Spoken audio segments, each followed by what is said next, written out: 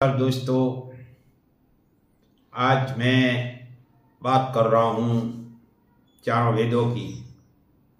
जो चारों वेदों के अंत में वेदों ने भी कह दिया है नेति नेति नेति।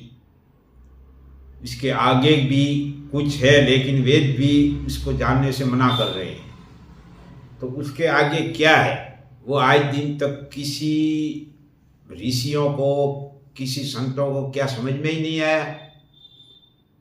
उसके आगे है सूक्ष्म वेद, जो कबीर साहब अपनी वाणी में कहते हैं कि वेद मेरा भेद है, मैं ना वेदन के माही, और जिस वेद से मैं मिलूं वो वेद जानते नहीं।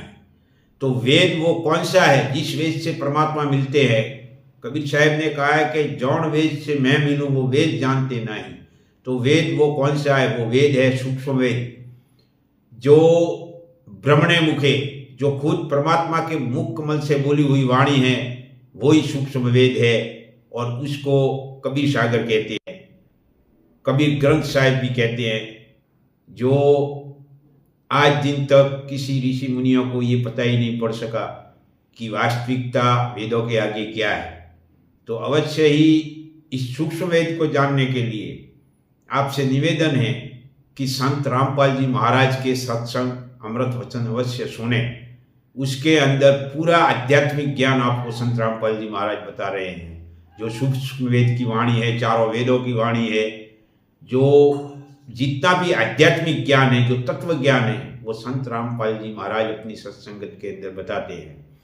और सत्संग सुनने के लिए साधना चैनल पर शाम को 7:30 से 8:30 बजे तक संत रामपाल जी महाराज के अमृत वचनों का सत्संग आता है। तो अवश्य ही आप भी सुनिए और समझिए कि वास्तविक ये तत्व ज्ञान क्या है। क्योंकि आज दिन तक हम तत्व ज्ञान के आसपास ही नहीं थे।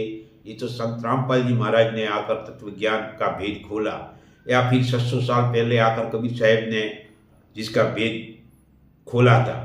कबीर साहब ने अपनी एक साखी में ही कह दिया था कि अक्षर पुरुष एक पेड़ है, निरंजन वाकी डार, तीनों देवा शाखा है और पात रूप संसार। तो आइए और संत रामपाल जी महाराज के सत्संग सुनिए और उनसे जुड़िए। सत साहिब।